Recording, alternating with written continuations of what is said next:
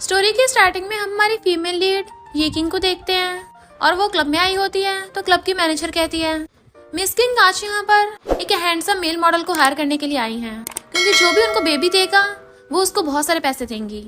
King कहती है क्या यहाँ पर सिर्फ इतने ही लड़के हैं? तो मैनेजर कहती है ये वो सारे लड़के हैं जो तुम्हारी रिक्वायरमेंट्स को कंप्लीट करेंगे, क्या तुम्हें इनमें से कोई पसंद नहीं आ रहा? तो किंग कहती है मुझे सबसे हैंडसम चाहिए, इन सबको देखो तो सही, क्या इनमें से कोई भी मेरी इस रिक्वायरमेंट को कंप्लीट करेगा? तो मैनेजर कहती है ये हमारे क्लब का बेस्ट बैच है। तो किंग उठ के चलने लगी थी। मैनेजर कहती वेट, मुझे अचानक से याद आया हमारे क्लब में एक बिल्कुल न्यू मेल मॉडल आया है और वो यहाँ का सबसे हॉट एंड हैंडसम गाय है। किंग कहते अच्छा बुलाओ उसे। तो मैनेजर एजे को आवाज मारती है, बाकी सारे मेल मॉडल्स वहाँ चले जाते हैं। फिर हमारा मेन लीड वहाँ पे आता है। किंग तो एजे को देखती रह गई थी और उसे कहती है अपनी शर्ट उतारो। वो अपनी शर्ट निकाल के फेंक देता है और साथ में दोनों हाथों से अपने पूरे कपड़े फाड़ दिए थे। तो वो उसकी बॉडी को देखने लग जाती है कि ये तो सच में बहुत ज्यादा हॉट है, इसके तो एब्स भी हैं। उसको टच करते पूछती है तुम्हारा नाम क्या है?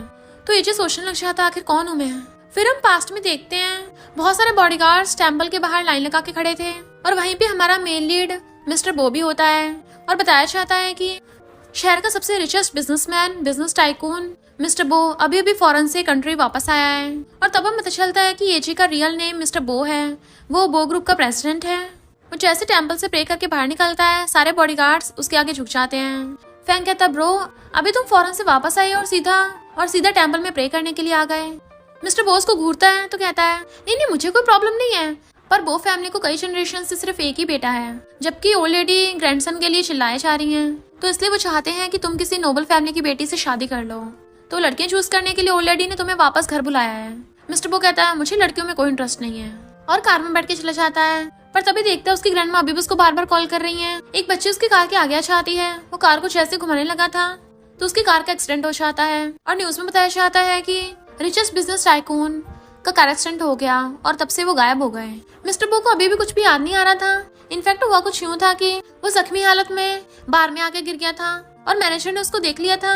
तब उसको डॉक्टर से पता चला कि कार एक्सीडेंट की वजह से उसकी याददाश्त चली गई, पर वो बहुत ज्यादा हैंडसम और उसकी फिगर भी अच्छी है, इसलिए मैनेजर ने पैसों के लिए उसे अपने बार का मेल मॉडल बना दिया और उसका नाम एजे रख दिया।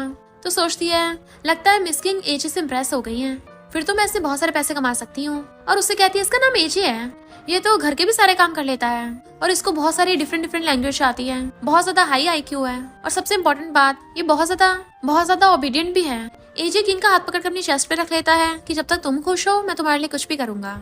वो उसके एप्स को टच कर रही होती है। अगर ये ओबीडियंट है तो इसका मतलब मैं ऐसे कुछ भी करवा सकती हूँ। और पूछती है क्या तुम्हारे आसपास कभी कोई लड़की रही है? क्योंकि ये मेरा फर्स्ट टाइम है तो मुझे भी एकदम क्लीन बंदा चाहिए। तो मैनेजर कहती है इसका भी फर्स्ट टाइम है तो तुम दोनों की बहुत जमेगी। किंग कहती है मेरे साथ घर चलो, मैं तुम्हें सपोर्ट करूंगी, तुम्हें इस बार में रहने की जरूरत ही नहीं है क्योंकि तुम्हें बस घर जाके मुझे बेबीज देने हैं। अगर तुम मुझे बेबी बॉय देते हो तो मैं तुम्हें 30 मिलियन दूंगी और अगर बेबी गर्ल देते हो तो 40 मिलियन और अगर ट्विंस हुए तो 50 मिलियन। वो कहता है मैं तुम्हारे लिए कुछ भी करूंगा। तो वो उसे लेके जाने लगती है, पर तभी सामने से सूचन और त्यान आते हैं। त्यान कहती है सिस्टर तुम्हें पता है मैंने सूचन से शादी कर ली, अब मैं मिसेस सू बन गई हूँ, कहीं तुम यहाँ बार में अपने लिए प्रिटी बॉय तो नहीं ढूंढने आई? किंग कहती है जहाँ तक मुझे याद है मेरी मॉम ने सिर्फ मुझे जन्म दिया है, तो तुम मेरी सिस्टर कैसे हुई? जरा याद करो तुम्हारी मॉम एक मिस्ट्रेस है जो ये फैमिली में तुम्हारे जैसे लेजिटिमेट बेटी लेके आई, और ये कचरा जो मुझे बिल्कुल नहीं चाहिए था तुमने उठा लिया, इतना काफी नहीं था जो यहाँ पर शो ऑफ करने आ गई। सूचन कहता मैं समझा तुम एक प्रिटी बॉय को ढूंढ रही थी, तुम्हारी मॉम विल छोड़ के गई है ना कि अगर तुम एक वारिस को जन्म दोगी तुम्हें पूरी ये फैमिली मिल जाएगी, पर तुम्हें क्या लगता तुम्हारे डैड ऐसा होने देंगे? तो वो सोचती है ये कंपनी मेरी मॉम ने खड़ी की थी, मैं उनकी मेहनत की कमाई को किसी और को नहीं लेने दूंगी, तो मुझे प्रेग्नेंट होना ही होगा। एजे कहता है ये अंकल आंटी कौन है? तो किंग हंस पड़ती है। वो दोनों कहते हैं तुम्हारी हिम्मत कैसे हो मैं अंकल आंटी बोलने की, हम क्या इतने बुढ़े दिखते हैं? एजे कहता है ये बुढ़िया बुढ़े तो लग रहा पगला गए हैं, इनका जरूर मेनोपॉज चल रहा होगा। सूचन को गुस्सा आ रहा था तो किंग कहती है इतना भड़को मत, सच ही बोल रहा है ये, मेरा एजे तुमसे ज्यादा यंग और तुमसे ज्यादा हैंडसम है और इसके तो 8 एब्स भी हैं, तुम तो इसकी धूल के बराबर भी नहीं हो। त्यान कहती है तुम चाहे कुछ भी कर लो पर रहेगा तो ये प्रिटी बॉय है ना, जबकि सूचन तो सू ग्रुप का बॉस है, तुम्हें डर नहीं तुम्हारी बेइज्जती हो जाएगी कि तुम किसी प्रिटी बॉय के साथ हो? सूचन कहता है तुम्हें मुझसे बेटर लड़का कहीं नहीं मिलेगा। त्यान सोचती है तुम्हारी मॉम के टपकने के बाद तुम कोई रिच लेडी नहीं रह गई हो। पर तभी वहाँ पर बहुत सारे बॉडीगार्ड्स आकर लाइन लगा के खड़े हो जाते हैं और बो फैमिली की ग्रैंडमा की एंट्री होती है, तो सारे बॉडीगार्ड्स एकदम से उनके आगे झुक जाते हैं। वहाँ पे लोग बातें करने लग जाते हैं कि आखिर ये है कौन? तो दूसरे कहते हैं शहर का सबसे रिचेस्ट आदमी मिस्टर बो गायब हो गया और ये उसी रिच फैमिली की ओल्ड लेडी हैं जिन्होंने उसे ढूंढने के लिए पूरा शहर ऊपर नीचे कर दिया। ग्रैंडमा कहती हैं जब से वो टेम्पल से घर वापस आ रहा था तभी उसका कार एक्सीडेंट हो गया और मैं उसे अब तक नहीं ढूंढ पाई। और वो लोग उसे ढूंढने के लिए अंदर जाने लगते हैं। तभी किंग भी एची को लेके अपने साथ जा रही थी और वो लोग एक दूसरे की साइड से निकल जाते हैं बट एक दूसरे को देख नहीं पाते हैं। सूजन और त्यान कहते हैं ये वो फैमिली के प्रेसिडेंट को ढूंढने के लिए आई हैं, चलो इनसे जाके बात करते हैं। बट बॉडीगार्ड्स उन लोगों को आगे नहीं बढ़ने देते हैं। तो ग्रैंडमा फैंग से पूछते हैं तुम इसे जानते हो? वो कहता है नहीं। तो बॉडीगार्ड उन्हें मार के साइड कर देते हैं और वो लोग अंदर चले जाते हैं। ग्रैंडमा के पूछने पर असिस्टेंट बताता है कि ये एक प्राइवेट बार है, यहाँ पर हैंडसम मेल मॉडल्स मिलते हैं। तो फैंग कहता है तुम फिर हमें यहाँ पे क्यों लेके आए हो? मेरा भाई शहर का रिचेस्ट आदमी है, वो यहाँ पर मेल मॉडल बनके थोड़ी ना रह रहा होगा। तभी एक मेल मॉडल एक लड़की से बोलता हुआ जा रहा था तुमने मुझे बहुत टाइम से पनिश नहीं किया है, चलो चलो बेड पे ले जाके करना। ग्रैंडमा कहती हैं मिस्टर बो को तो लड़कियों में इंटरेस्ट भी नहीं है, ऐसी नोबल फैमिलीज की लड़कियों की तरफ तो वो देखेगा भी नहीं, वो तो उनका सामान उठा के सारा बाहर फेंक देगा। अगर वो किसी लड़की को भाव दे रहा है फिर तो वो मिस्टर बो हो ही नहीं सकता। फैंग कहता है पर हमने पूरा शहर खंगाल मारा, मिस्टर बो का कहीं अता पता नहीं चला, तो फिर वो गया कहाँ पे है? ग्रैंडमा कहती है पता नहीं कहाँ चला गया। किंग उसे अपने घर पे लाती है, अब से तुम्हें यहीं पे रहना है मेरे साथ। एजे कहता है वो सब लोग तुम पे हंस रहे थे कि तुम मुझे घर लेके आई हो। तो कहती है मुझे फर्क नहीं पड़ता, इग्नोर करो उनको, अब से तुम्हें बस मुझे फॉलो करना है, तो कोई तुम्हें बुली नहीं कर पाएगा। वो कहता है हाँ मैं तुम्हारे सारे ऑर्डर्स मानूंगा। तो वो उसको पेट की तरह सहलाती है और अपना कॉल पिकअप करने जाने लगी थी। फिर जब वो थक के वापस आती है तो देखती है वो बिना शर्ट के सिर्फ एप्रन पहन के खड़ा है। तो पूछती है तुम क्या कर रहे हो? वो कहता है मैं खाना बना रहा हूँ। तो कहते हैं तुम्हें किसने बोला कि ऐसे कपड़े पहन के खाना बनाते हैं? वो पूछता है क्यों, तुम्हें पसंद नहीं आया? और उसका हाथ पकड़ के अपनी चेस्ट पे रख लेता है, टच करके देखो तुम्हें बहुत अच्छा लगेगा। वो सोचती है ये तो बिल्कुल मुझे पटाने के इरादे रखता है। तो कहती है ये सब तुम्हें क्लब में सिखाया गया है ना, क्या तुमने वहाँ पर कुछ और भी सीखा है? और उसे पकड़ के अपने क्लोज कर लेती है, क्या तुम्हें बेबीज बनाना आता है? फिर क्या वो दोनों साथ में नाइट स्पेंड कर लेते हैं और वो उसकी बाहों में थी। तो कहता है तुम उठ गई, बट वो शर्माने लग जाती है, मेरा फर्स्ट टाइम तो गया। बट एजे उसके कान में कहता है मुझे और चाहिए और उसको किस करने लग जाता है नेक पे। तो कहती रुको मुझे अभी काम पे जाना है। वो कहता है सिर्फ एक बार। उसको किस कर रहा होता है बट वो रोक रही थी कि फोन बज रहा है। किंग को उसके डैड का कॉल आया था जो कहता है मैंने सुना तुमने कोई प्रिटी बॉय ढूंढा है। वो कहती है भले तुम मेरे बाप हो पर तुम्हें मेरी प्राइवेट लाइफ से कोई मैटर नहीं होना चाहिए। डैड कहते हैं मीटिंग के लिए वापस आओ, हमें बो ग्रुप के साथ कॉपरेशन करना है। जैसे वो जाने लगी थी एजे उसे पकड़ के खींच लेता है, प्लीज कहीं मत जाओ, दोबारा करते हैं ना। वो कहते हैं मुझे काम पे अभी जाना ही होगा, आज मुझे शहर के रिचेस्ट आदमी के साथ कॉपरेशन करने के लिए जाना है। वो बिलियनियर बिजनेसमैन है, मुझे उसके बारे में ज्यादा कुछ पता तो नहीं है पर मैंने मैगजीन्स में उसका नाम देखा था। अपना नाम सुनते ही एजे का सिर चकराने लगा था। तो पूछती है क्या हुआ तुम्हें? वो कहता सिर दर्द हो रहा है, अब ठीक है। वो कहता तुम्हें हेडेक हो रहा है तो मुझे तुम्हारी चिंता होगी, ऐसा करो मेरे साथ ही कंपनी चलो। देन वो उसे अपने साथ लेके आ रही थी और कहती है मुझे पहले मीटिंग के लिए जाना है, तो तुम यहीं बैठकर मेरा वेट करो, मैं अभी आती हूँ। उसे बाहर बिठाकर अंदर मीटिंग के लिए आ जाती है। डैड कहते मुझे इंपॉर्टेंट अनाउंसमेंट करनी है, किंग को डायरेक्टर की पोजीशन से हटाया जा रहा है, उसकी जगह अब त्यान लेगी। किंग कहती है कंपनी में जो भी परफ्यूम बनते हैं और कंपनी में जो भी प्रोडक्ट लॉन्च होते हैं वो सब मैं अरेंज करती हूँ, तो तुम मुझे डायरेक्टर की पोजीशन से कैसे हटा सकते हो? डैड कहते हैं क्योंकि मैं ये कंपनी का बॉस हूँ। वो कहती है भूलो मत ये कंपनी मेरी मॉम ने स्टार्ट की थी, भली कंपनी इनहेरिट करने के लिए मैं अभी तक प्रेग्नेंट नहीं हुई हूँ पर अपनी मॉम की बायोलॉजिकल बेटी होने के नाते तुम्हें कोई हक नहीं है मुझे निकालने का। डैड कहते तुम में से जो भी मिस्टर बो के साथ कॉपरेशन करेगा वही डायरेक्टर की पोजीशन पे रह पाएगा। तो गर्ल्स बातें करने लग जाती हैं, हमने सुना है मिस्टर बो बहुत ही ज्यादा हॉट एंड हैंडसम है, पता नहीं हमें उसे देखने का मौका कब मिलेगा। किंग सोचती है सबसे ज्यादा हॉट एंड हैंडसम लड़के को तो मैं जानती हूँ। किंग कहती है अगर तुम हार गई तो मेरी मॉम की कंपनी से निकल जाना। फिर वो जब अपने ऑफिस में आती है तभी सेक्रेटरी आकर कहती है तुम्हारे डैड का पक्का दिमाग फिर गया है, तुमने कंपनी में एज ए डायरेक्टर कितनी मेहनत की है, तुम्हारी वजह से कंपनी आज यहाँ तक पहुँच पाई है और वो बेवकूफ तुम्हारे डायरेक्टर की पोजीशन छीनना चाहता है। तो सोचते मुझे कैसे करके बो ग्रुप के साथ कॉपरेशन करना ही होगा और एक यूएसपी लेके बाहर आती है। देन एजे को बताती है कि मैं बो ग्रुप की ओल्ड लेडी से मिलने के लिए जा रही हूँ। वो सोचता है बो ग्रुप इतना जाना पहचाना क्यों लग रहा है। तो त्यान सूचन को बताती है कि मैं तभी कंपनी का डायरेक्टर बन पाऊंगी जब मैं बो ग्रुप के साथ कॉपरेशन करूंगी, पर वो किंग तो बहुत ज्यादा पहले से बिजनेस में है, मैं कैसे हराऊंगी उसको। तो सूचन की चिंता मत करो, मैं बो ग्रुप में से किसी को जानता हूँ और मैंने उनसे मिलने की बात भी कर ली है, तो डायरेक्टर तुम ही बनोगी। तो वो खुश होकर उसे किस कर लेती है और सोचती है अगर एक बार मैं डायरेक्टर बन गई मैं उस किंग को बाहर निकाल दूंगी कंपनी से। नेक्स्ट सीन में किंग एजे को लेके बो ग्रुप में आती है और सोचती है सच में वो शहर का रिचेस्ट आदमी है, तभी तो ये बिल्डिंग इतनी ज्यादा बड़ी है। देन वो रिसेप्शनिस्ट से आकर कहती है मैं ये कंपनी की डायरेक्टर हूँ और मुझे बो ग्रुप के चेयरमैन से मिलना है। तो रिसेप्शनिस्ट मना कर देती है, पर जैसे त्यान आकर कहती है तो उससे कहती है हमारे सुपरवाइजर ने तुम्हारे बारे में बता दिया, तो मिल सकती है उनसे। किंग पूछती है इसका क्या मतलब है? तो त्यान कहती है क्योंकि सूचन की यहाँ पे जान पहचान है। किंग कहती है तुम तो दूसरा रास्ता ले रही हो, ये गलत है। त्यान कहती है तो तुम भी अपने बॉयफ्रेंड को बोल दो, ये भी तुम्हें एंट्री दिलवा देगा। पर हाँ ये कैसे कर सकता है, ये तो मामूली सा प्रेटी बॉय है ना, इस प्रेटी बॉय से तुम्हें कितनी एम्बैरेसमेंट हो रही है ना। किंग कहती है मुझे तो नहीं हो रही पर तुम्हें जरूर हो रही होगी, आखिर तुम्हारी मॉम एक मिस्ट्रेस है और जिस बेटी को जन्म दिया वो भी मिस्ट्रेस निकली। लगता है जनरेशन तुम्हारी मिस्ट्रेस वाले जीन्स ट्रांसफर होते हैं। तभी वहाँ पर सुपरवाइजर आ जाता है और त्यान से बहुत अच्छे से बात कर रहा था। त्यान कहती है ये किंग और इसका प्रेटी बॉय मुझे बुली कर रहे थे। तो सुपरवाइजर गुस्से में था और जैसे देखने लगता है तो एजे को देख के थोड़ा हैरान था और सोचता है मैंने प्रेसिडेंट को सिर्फ पीछे से देखा था, लगता मुझे गलतफहमी हो गई। ये भला मिस्टर बो कैसे हो सकता है, ये तो इसने बताया प्रेटी बॉय है। और कहता है तुम दोनों की हिम्मत कैसे हुई यहाँ प्रॉब्लम्स बढ़ाने की। और बॉडीगार्ड को बोलता है इनको बाहर फेंको। जैसे बॉडीगार्ड कुछ करते एजे उन सबकी धुलाई कर देता है और कहता है खबरदार अगर किसी ने मेरी बंदी को हाथ लगाया तो। किंग एकदम हैरान थी, तुम्हारी फाइटिंग स्किल्स इतनी अच्छी हैं। सुपरवाइजर दोबारा बॉडीगार्ड्स को ऑर्डर देता है तो एजे फिर से सारे बॉडीगार्ड्स को धोने लग जाता है। सुपरवाइजर त्यान से कहता है ये लड़की तो बहुत ब्यूटीफुल है। तो त्यान कहते हैं अगर तुम्हें इतनी पसंद है तो मैं इसको तुम्हारे बेड तक पहुंचा सकती हूँ। जैसे उसके इशारे पे एक लड़की किंग के सिर पे पीछे से डंडा मारने लगी थी तभी एजे उसे हटा के बचाने लग जाता है, पर डंडा उसके सिर पे लग जाता है जिससे उसका सर घूमने लग जाता है और उसे धीरे धीरे सब कुछ फ्लैशबैक में अपने पास्ट का याद आने लगा था कि वो बो ग्रुप का प्रेसिडेंट मिस्टर बो है। उसका कार एक्सीडेंट हो गया था जिसकी वजह से उसकी याददाश्त चली गई और बार के मैनेजर ने उसको मेल मॉडल बना के रख लिया, उसका नाम एजे रख दिया था। तो किंग उसे अपने घर पे ले आई थी। किंग पूछते तुम ठीक तो हो ना। सुपरवाइजर डंडा लेके खुद उसको मारने लगा था तो मिस्टर बो गुस्से से उसका डंडा पकड़ लेता है और उसे लात मार के बुड़का देता है और कहता है तुम्हारे जैसे नमूने की हिम्मत कैसे हो गई। उसको बॉडीगार्ड्स पकड़ के उठाते हैं तो कहता है तुम्हें पता भी है मैं मिस्टर बो को जानता हूँ, अगर यकीन नहीं तो अभी मिस्टर बो को कॉल करता हूँ, वो अभी कंपनी में ही है, फिर वो तुम्हें शहर से गायब करवा देंगे। मिस्टर बो कहता है हाँ करो कॉल, फिर देखते हैं कौन गायब होता है। तो वो किसी कॉल करने लग जाता है। इधर ग्रैंडमा और फैंग गॉड से प्रे कर रहे होते हैं प्लीज मिस्टर बो को ढूंढने में हमारी हेल्प करो, पर तभी फैंग को कॉल आता है तो वो और ग्रैंडमा देखने के लिए चाहते हैं कंपनी में क्या गड़बड़ हो गई। सुपरवाइजर कहता है तुम लोगों ने बो फैमिली से पंगा लिया ना, बचोगे नहीं। और किंग से कहता है मैं तुम्हें चांस देता हूँ, तुम मुझे पसंद आ गई हो, अगर मुझे सर्व करोगी और ये प्रिटी बॉय तुम्हारे लिए घुटने टेकर मुझसे माफी मांगेगा तो मैं बख्श दूंगा। पर किंग आकर त्यान का थपड़ा मार देती है क्योंकि वो समझ जाती है ये सब उसी के कांड है और सुपरवाइजर से कहती है गंजे टकले मोटे, कभी शीशे में अपना थोपड़ा भी देखा है।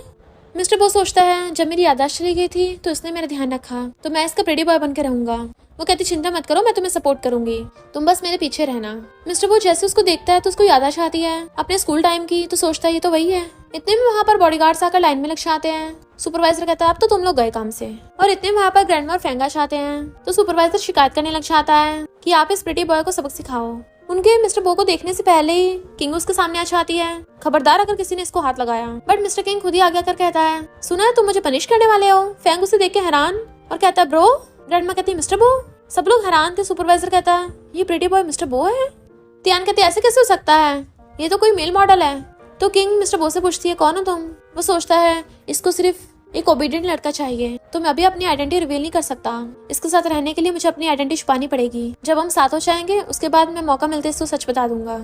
उससे पहले से प्यार में डाल के ये प्रेग्नेंट करना है। ग्रैंडमा तो खुश होने लग जाते हैं और गॉड का थैंक यू करती हैं कि उन्होंने मेरे ग्रैंडसन को वापस कर दिया। बट मिस्टर बो कहता है नहीं मैं तो तुम्हारा एजे हूँ। उसका हाथ पकड़ के अपने सिर पे रख लेता है, मुझे बहुत दर्द हो रहा है, जब तुम टच करती हो तब नहीं होता। ग्रैंडमा और फैंग तुम हैरान थे। ग्रैंडमा कहती है मैं ऐसे नहीं जानती। फैंग कहता हाँ मैं भी नहीं जानता, ये तो मेरा ब्रो हो ही नहीं सकता। किंग कहती है फिर तुमने इसको मिस्टर बो को बोला। तो कहता है सबको पता है कि मिस्टर बो बहुत टाइम से गायब है, हम उसे ढूंढ रहे थे और ये थोड़ा बहुत मिस्टर बो जैसा लगा। वो सोचती है सही कहा, ये तो बाहर का मेल मॉडल है, ये शहर का रिचेस्ट आदमी कैसे हो सकता है। सुपरवाइजर जैसे कुछ बोलने लगा था तो फैंग उसको थपड़ा मार देता है। त्यान कुछ बोलने वाली थी तो उसको भी थपड़ा मार देता है। किंग बताती है कि ये सुपरवाइजर कितना घटिया है, उसके साथ बदतमीजी की। मिस्टर बो कहता है और मुझे घुटनों पर बैठने को बोल रहा था। तो फैंग के ऑर्डर पे बॉडीगार्ड सुपरवाइजर को घुटनों पर ला देते हैं और वो अपनी जान की भीख मांग रहा था। मिस्टर बो कहता है ये तो मुझे गायब कराने वाला था। वो कहता नहीं तो। ग्रैंडमा कहती बाहर फेंक दो इसको, शहर में दिख नहीं जाना चाहिए। तो उसको बाहर फेंक दिया जाता है। त्यान जाकर ग्रैंडमा से कहती है मुझे आपके साथ कॉपरेशन करना है। ग्रैंडमा उसकी बात को इग्नोर करती है पर किंग भी ग्रैंडमा से कहती है कि मुझे भी आपके साथ कॉपरेशन करना है और उनको अपना परफ्यूम दिखाती है जो ग्रैंडमा को बहुत ज्यादा पसंद आता है। और मिस्टर बो भी बता रहा था कि किंग यहाँ पर कॉपरेशन डिस्कस करने के लिए आई है। त्यान कहती है तुम प्रिटी बॉय बीच में बोलने की तुम्हारी हिम्मत कैसे हो गई, तुम क्या सच में खुद को मिस्टर बो समझ रहे हो, तुम्हें क्या लगता है ये तुम्हारी सुनेंगे। तो फैंग कहता है हाँ हम किंग के साथ ही कॉपरेशन करेंगे। तो त्यान हैरान। ग्रैंडमा सोचती है ये लड़की कितनी ज्यादा काइंड हार्टेड है, इसने सोच समझ के चूज किया होगा और उसका हाथ पकड़ कहती है ग्रैंडसन की वाइफ।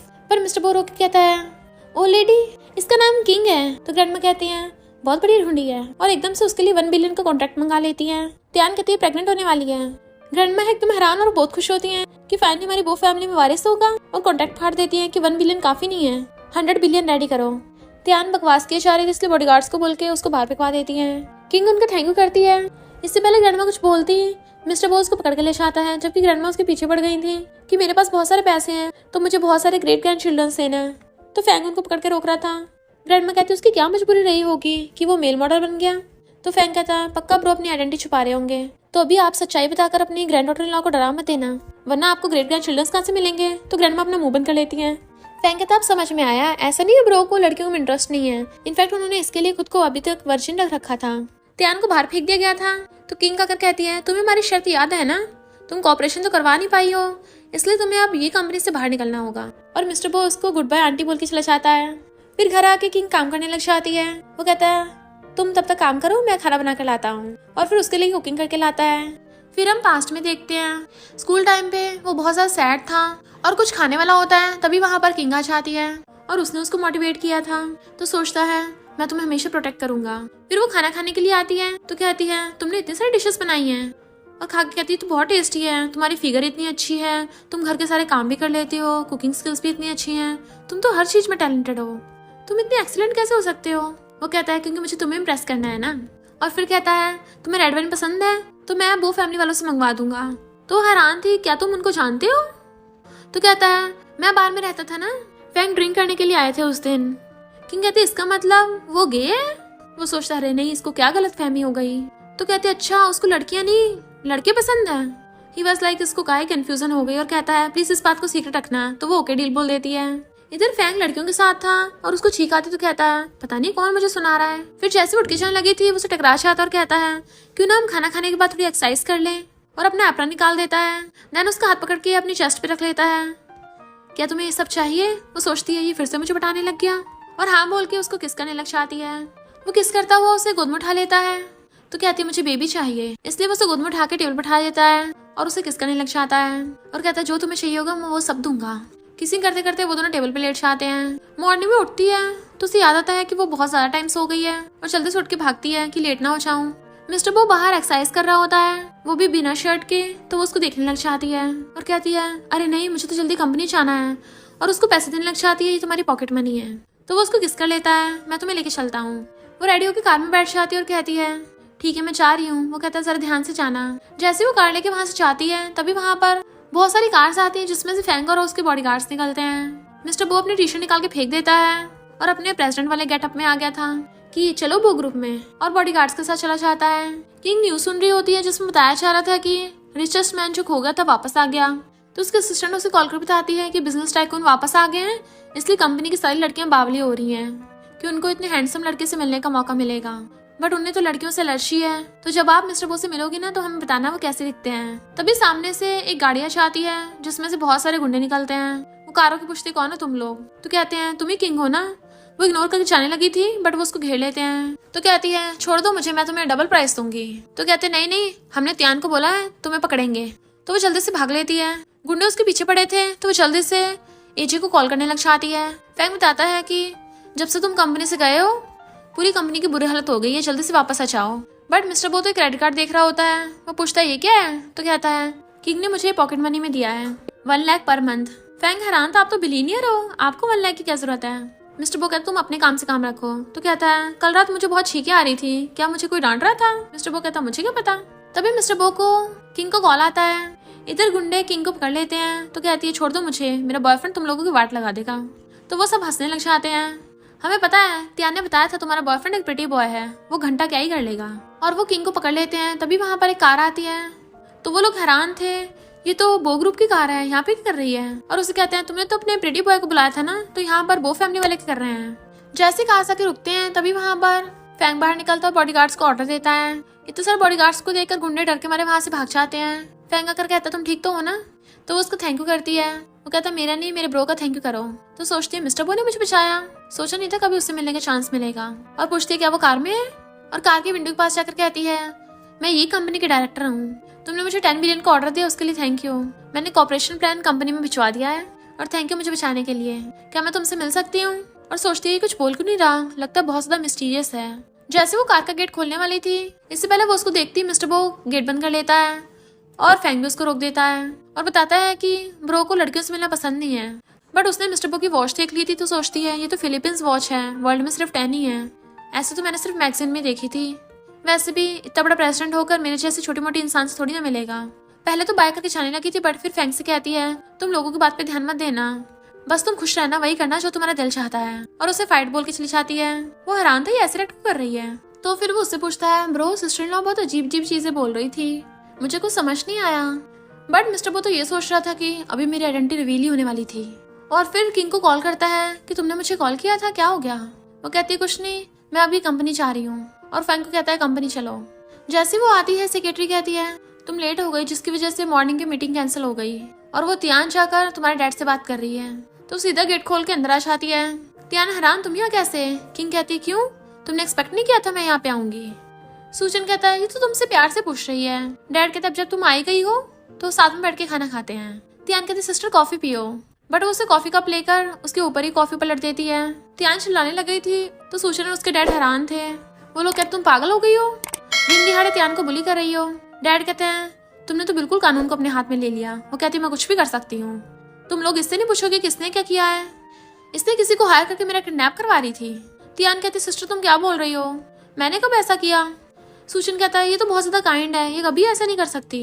तियान कहती है सिस्टर अगर तुम्हें गुस्सा आ रहा है, कुछ प्रॉब्लम है, तुम मुझसे छिड़ती हो तो मुझे मार सकती हो, पर मुझ पे ऐसे झूठे इल्जाम मत लगाओ। डैड कहते देखा तुमने इसको कैसे बुली किया। वो कहते तुम लोग को भरोसा नहीं है ना, ठीक है।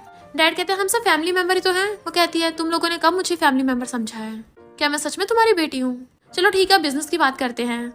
मैंने मिस्टर बो के साथ 10 बिलियन का कॉन्ट्रैक्ट साइन करवा लिया है, तो अभी इस तियान को मेरी मॉम की कंपनी से बाहर निकलना होगा। डैड कहते हैं ऐसा बिल्कुल नहीं होगा। वो पूछते क्यों, कल ही हमारी ये डील हुई थी कि जो हारेगा वो कंपनी से बाहर निकलेगा।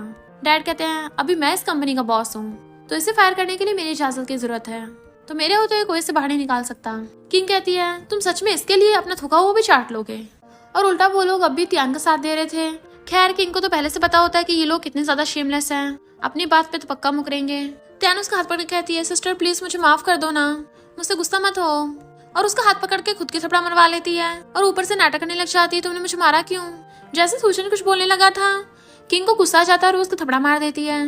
डैड कुछ बोलने वाला होता है, किंग उसको घूरती है तो डैड खुद ही डर के मारे गिर जाता है। किंग को बहुत ज्यादा गुस्सा आ रहा था और वो पूरा टेबल उठा के पटक देती है और उनपे पूरा सामान फेंक के चली गई थी। डैड गुस्से से चिल्ला रहे थे तो तियान कहती है डैड आप सिस्टर को ब्लेम मत करिए। तो सूजन कहता तुम कितनी ज्यादा काइंड हो, किंग की वजह से तुम्हें कितना कुछ सहना पड़ रहा है, तुम भी मेरी वाइफ रहोगी, आखिर तुमने मुझे पहले बचाया था, तुम मेरे सेवियर हो, मैं तुम्हारे साथ हमेशा अच्छा बिहेव करूंगा।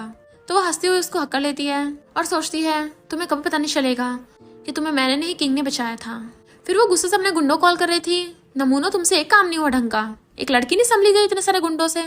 वो कहते हैं हम तो खुद इतनी मुश्किल से अपनी जान बचा के आए हैं, उस किंग के पीछे तो बहुत बड़ा बिग शॉट है और तुम भी केयरफुल रहना, फोन काट देते हैं। तो वो सोचने लग जाती है आखिर कौन बिग शॉट किंग की हेल्प कर रहा है। मैंने उसके डैड को भी छीन लिया, उसके फियांसी को भी छीन लिया, उसके पास तो घर भी नहीं बचा, तो कौन है, उसके पास सिर्फ एक ही है, वो प्रिटी बॉय, पर वो क्या ही कर सकता है, उसको तो मैं चींटी की तरह मसल दूंगी। सेक्रेटरी किंग से कहती है बॉस आपको जल्दी प्रेग्नेंट होना होगा, वरना आपके डैड तो पक्का आपकी कंपनी छीन लेंगे। वो सोचती है अभी प्रेगनेंसी सबसे ज्यादा इंपॉर्टेंट है और प्रेगनेंसी टेस्ट करती है तो वो प्रेग्नेंट नहीं हुई होती अभी तक। तो सोचती है मुझे जल्दी से एचएस से बात करनी होगी और उसको मैसेज करती है। मिस्टर बो एक इम्पोर्टेंट मीटिंग में बिजी होता है, तभी उसका असिस्टेंट आकर उसको फोन देता है और उसके लिए फोन पिकअप करता है। मिस्टर बो के कहने पे उसने लाउड स्पीकर पे कर दिया था क्योंकि मिस्टर बो ने तो नहीं देखा होता कि किसका कॉल है। बट तभी किंग कहती है हनी जल्दी घर आना, आज हम दोनों को रात में बेबीज बनाने हैं। ये सुनते ही वहाँ के सारे एम्प्लॉयज हैरान थे। जैसे मिस्टर बो उनको देखता है वो जल्दी से अपनी मुंडी नीचे कर लेते हैं और ऐसे प्रिटेंड करते हैं जैसे उन्होंने कुछ सुना ही ना हो और जल्दी से काम करने लग गए थे। तो मिस्टर बो असिस्टेंट कहता है तो वो माफी मांगता है। फिर मिस्टर बो मीटिंग कैंसिल कर देता है तो सारे के सारे वहाँ से डर के मारे भाग जाते हैं। देन वो असिस्टेंट से फोन लेके उसको मैसेज करता है तुम रात छोड़ो, मैं अभी दिन में आ रहा हूँ, हम दिन दिहाड़े बेबीज बनाएंगे। और पूछता है क्या तुम मुझे मिस कर रही हो, वेट करो मैं आता हूँ। असिस्टेंट हैरान था, बॉस इतने क्रिंजी मैसेज कर रहे हैं। मिस्टर बो जैसे जाने लगा था तो उसको कहता है किसी को बेबीज के बारे में कुछ मत बताना। पर वहाँ पे कंपनी में एम्प्लॉयज बातें कर रहे थे। पता है मीटिंग में प्रेसिडेंट को उनकी वाइफ का कॉल आया था जो उनको बेबी करने को बोल रही थी। लगता है प्रेसिडेंट की वाइफ प्रेसिडेंट को बेबी बनाने की मशीन समझती है और ये र्यूमर्स पूरी कंपनी में फैल जाती हैं और घूम फिर के बाद ग्रैंडमा को पता चल जाती है तो वो तो और ज्यादा खुश हो रही थी कि आखिर वही लड़की मेरी ग्रैंड डॉटर इन लॉ बनने के लायक है। इतनी हिम्मत सिर्फ उसी में है। फैंग कहता है ग्रैंडमा आपको तो सच में ग्रेट ग्रैंडसन मिलने वाला है। तो ग्रैंडमा खुशी के मारे मेड्स को ऑर्डर दे देती हैं जल्दी से मेरे ग्रैंडसन के लिए सबसे ताकतवर वाला सूप तैयार करो और बहुत सारे चाबुक खरीद लाना। बेस्ट टॉनिक हर्ब सब कुछ उसको सेंड करवा दो। तो फैंग कहता है ग्रैंडमा मुझे ऐसा क्यों लग रहा है, आप ब्रो को एक काऊ की तरह ट्रीट कर रही हो। ग्रैंडमा कहती है और नहीं तो क्या, हमारी फैमिली को वारिस नहीं चाहिए, वो इसी के लायक है। और गॉड का थैंक यू करने लग जाती है, फाइनली मुझे ग्रेट ग्रैंड चिल्ड्रंस मिल ही जाएंगे, मेरी सारी इच्छाएं पूरी हो ही जाएंगी। फैंग सोचता ब्रो हर कोई अब तुम्हारे बेबीज का इंतजार कर रहा है, तो अगर तुम जल्दी जल्दी अपनी वाइफ को प्रेग्नेंट नहीं कर पाए तो सब लोग तुम्हें इनफर्टाइल समझने लग जाएंगे। इधर किंग भी कार ड्राइविंग करती हुई सोच रही होती है मुझे जल्दी घर जाना होगा। तभी वो बो ग्रुप की कार देख लेती है तो सोचती है मिस्टर बो यहाँ पर क्या कर रहा है, क्या वो भी कहीं आसपास ही रहता है। तो वो एजे को ऑडियो मैसेज करती है क्या तुम घर पे हो। वो कहता है मैं जल्दी पहुंचने वाला हूँ। और किंग की कार के बिल्कुल पास से मिस्टर बो की कार निकलती है। जैसे उसकी विंडो खोलने वाली होती है किंग इससे पहले उसको देखती कार आगे चली जाती है और उसने भी ज्यादा ध्यान नहीं दिया होता। घर पे वो रेडी होके उसका वेट कर रही थी। तभी मिस्टर बो से पीछे से आकर हक कर लेता और पूछता है क्या तुमने मुझे मिस किया। वो पूछती है कहाँ थे तुम, मैंने तुम्हें घर पे रुकने को बोला था ना। वो कहता है मैं जॉब ढूंढने के लिए गया था। तो उसे पकड़ के दीवार पे लगा देती है, मैंने बोला था ना मैं तुम्हें सपोर्ट करूंगी, फिर तुम बाहर काम करने क्यों गए, क्या 1 लाख तुम्हें कम पड़ रहे हैं। और उसकी शर्ट खोल के उसकी बॉडी को चेस्ट को टच करने लग जाती है। मिस्टर बो उसकी मुंडी पकड़ के उसे किस करता है पर वो रुक के कहती है अब से मैं तुम्हें 2 लाख दूंगी, इतने तो काफी होंगे ना। वो उसे पकड़ के दीवार पे लगा लेता है, क्या तुम्हें मेरा बाहर काम करना पसंद नहीं है। वो कहती है हाँ क्योंकि मैं चाहती हूँ तुम बस मुझे बेबी देने पे कंसंट्रेट करो। वो कहता है ठीक है चलो अभी बेबी करते हैं और उसे जोरदार किस करने लग जाता है। किंग भी उसको किस करने पे लगी हुई थी और फिर पूछती है तुम्हारे पास ये वॉच कहाँ से आई। ऐसे सेम वॉच मैंने मिस्टर बो के पास भी देखी थी। तो सोचता अरे नहीं जल्दी जल्दी मैं वॉच निकाला तो भूल ही गया। वो कहती है ये वॉच तो वर्ल्ड में सिर्फ 10 ही है, तो तुम्हारे पास कैसे आई, आखिर कौन हो तुम। वो कहता है मैंने ये वॉच खरीदी है पर ये रियल वाली नहीं है, ये उसकी डुप्लीकेट कॉपी है, ये तो बहुत सस्ते में मिल गई है, ऐसे तो बहुत सारी हैं। वो सोचती है डुप्लीकेट वाली भी कितनी रियल जैसी दिखती है और पूछती है तुमने कहाँ से खरीदी थी। तो मेरी फ्रेंड के लिए भी खरीद देना। वो कहता है ये अच्छी बात नहीं किसी को फेक वॉच देना। तो कहती है मुझे एक आदमी चाहिए, मुझे पूरे 10 वॉच चाहिए। और सोचती है ये वर्ल्ड में सिर्फ 10 ही है, तो कहीं ये मुझे झूठ तो नहीं बोल रहा, तो इसके लिए मुझे इस पे ट्राई मारने पड़ेगा। वो कहता ओके मैं तुम्हारे लिए 10 वॉचेस मंगवा दूंगा। और कॉल करके फैंग से कहता है शॉपकीपर मैंने जो तुमसे वॉच खरीदी थी क्या तुम्हें याद है, ऐसी मेरे लिए 10 और खरीद दो। फैंग कहता ब्रो तुम क्या बोल रहे हो, वो वर्ल्ड में सिर्फ 10 ही है और 10 की 10 तुम्हें चाहिए। मिस्टर बो कहता है मेरी गर्लफ्रेंड को बहुत ज्यादा पसंद आ गई है तो मुझे जल्दी जल्दी वो चाहिए। तो फैंग कहता ब्रो तुम सिस्टर इन लॉ को ओरिजिनल वाली वॉच फेक बोल के दे रहे हो, लगता तुम प्यार में सच में बावले हो गए। मिस्टर बो फोन करके कहता है हो गया काम। तो सोचती लगता मैं फालतू में ओवरथिंक कर रही थी। बट वो उसे गोद में उठा लेता है और सीधा बेड पे ले जाता है, लेटाकर कहता है चलो बेबी करते हैं। वो उसे पकड़ के कहती है क्या तुम इस बार मुझे प्रेग्नेंट कर दोगे। वो पूछता है क्या मतलब। तो कहती है कहीं ऐसा तो नहीं है तुमसे होता नहीं है कुछ। मिस्टर बो गुस्से से अपनी शर्ट निकाल देता और कहता है मुझसे होता नहीं होता ये तुमसे बेटर और कौन ही जान सकता है। और उसे किस करने लग जाता है। नेक्स्ट दिन में डॉक्टर से बताती है कि कंग्रेचुलेशन तुम प्रेग्नेंट हो। तो वो भी हैरान थी, उसने सच में कर दिया। डॉक्टर बताती है कि सिर्फ इतना ही नहीं तुम ट्रिपल बच्चों से प्रेग्नेंट हो। और नर्स भी उसको गुड लक बोलती है, तुम तो सच में औसम ही हो। वो सोचती मुझे बेबी चाहिए था, सोचा नहीं था एक बार में 3-3 हो जाएंगे। उसने मुझे एक बार में ट्रिपलेट बच्चों से प्रेग्नेंट कर दिया। लगता है ये बहुत स्ट्रांग है। अब तो मेरे पास 3 बेबीज हैं, तो मेरी मॉम जो मेरे लिए छोड़ के गई है वो मैं लेके रहूंगी। आखिर अब मैं भी मॉम बनने वाली हूँ, मेरे भी खुद के बच्चे होंगे। बेबीज तुम्हारे इस वर्ल्ड में वेलकम है। त्यान अपने फ्रेंड्स के साथ हॉस्पिटल में आई होती है और वो उसको देख लेती है। डॉक्टर किंग को कंग्रेचुलेशन बोल रही थी ट्रिपलेट बच्चों के लिए, तो वो उनका थैंक यू करके चली जाती है। फ्रेंड्स हैरान थी, ये प्रेग्नेंट हो गई। त्यान को गुस्सा आ रहा होता है कि अगर ये प्रेग्नेंट हो गई फिर तो पक्का ये कंपनी को मुझसे छीन लेगी। पर कोई नहीं, प्रेग्नेंट का मतलब ये थोड़ी ना है कि बच्चों को जन्म भी देगी। और अपने डैड को कॉल करती है। ये बात सुनते उसके डैड हैरान थे कि वो प्रेग्नेंट कैसे हो गई। त्यान कहती है वो प्रेग्नेंट हुई इसलिए है ताकि आपसे कंपनी को छीन सके। देख लो आप कंगाल हो जाओगे अगर उसने कंपनी ले ली तो। स्टेप मॉम कहती है ऐसा कैसे हो सकता है, हम इस बच्चे के जन्म नहीं होने देंगे, वरना वो लड़की तो हमें सड़क पे ला देगी। त्यान कहती है डैड आपको पता है वो किसके बच्चे से प्रेग्नेंट हुई है, उस प्रिटी बॉय मेल मॉडल के। डैड कहते हैं ऐसे लड़के के बच्चे हम कभी नहीं रखने वाले। इधर किंग सोच रही होती है अब कोई भी मुझसे मेरी मॉम की चीजें नहीं छीन सकता। तभी उसके डैड का कॉल आता है जो कहते हैं मेरे बर्थडे आने वाला है, तुम बर्थडे सेलिब्रेट करने के लिए होटल में जरूर आना। वो कहती है मैं नहीं आने वाली, ना मैं तुम्हारी बेटी हूँ, तुम अपनी बेटी त्यान के साथ ही खुश रहो, उसके साथ ही मनाओ बर्थडे। तो डैड कहते हैं तुम्हारी आंटी और मेरी रीमैरिज हो गई है, तो हम तुम्हारी मॉम की फोटो एंसेस्ट्रल हॉल से हटाने वाले हैं, तो अगर तुम्हें वो नहीं चाहिए तो हम उसको बाहर फेंक देंगे। वो कहती खबरदार अगर उसको हाथ भी लगाया मैं अभी आती हूँ। और गुस्से से जाने लगती है, पर ये सब तो त्यान की प्लानिंग थी। नर्स डॉक्टर से कहती है कि बो फैमिली वाले ने बोला था कि अगर मिस किंग प्रेग्नेंट होगी तो उनको सबसे पहले बताना है। तो डॉक्टर बो फैमिली में कॉल करने लग जाती है। इधर ग्रैंडमा को जब पता चलता है कि किंग प्रेग्नेंट है तो बड़ा खुश होती है, वो भी ट्रिपलेट बच्चों से। उनकी तो खुशी का ठिकाना नहीं था।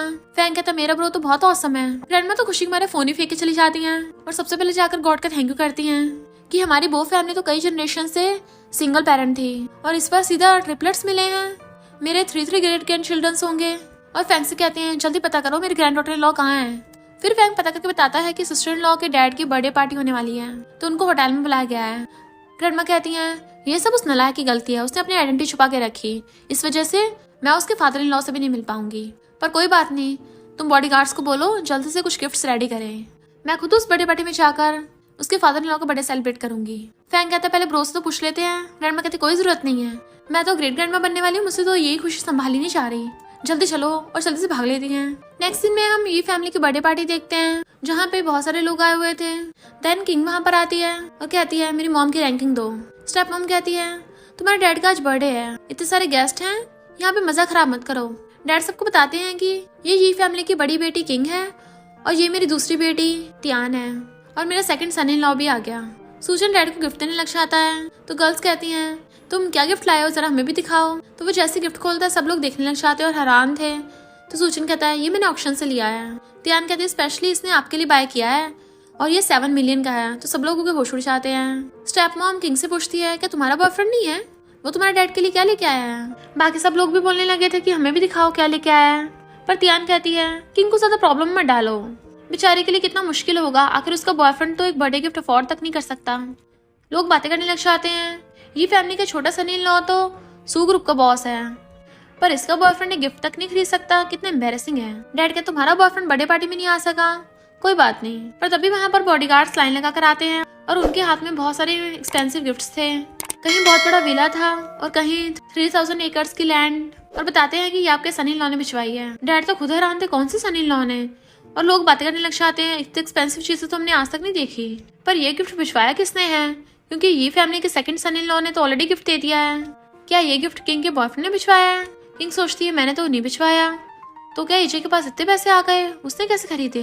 तियान कहते ऐसा कभी नहीं हो सकता, इसका बॉयफ्रेंड तो ऐसे गिफ्ट अफोर्ड तक नहीं कर सकता, ये पक्का सूचन ही लेके आया होगा, है ना सूचन। वो सोचता है मैं तो खुद अफोर्ड नहीं कर सकता। डैड कहते हैं जब से तुम हमारे सन इन लॉ बने हो हमारी तो किस्मत ही जाग गई है।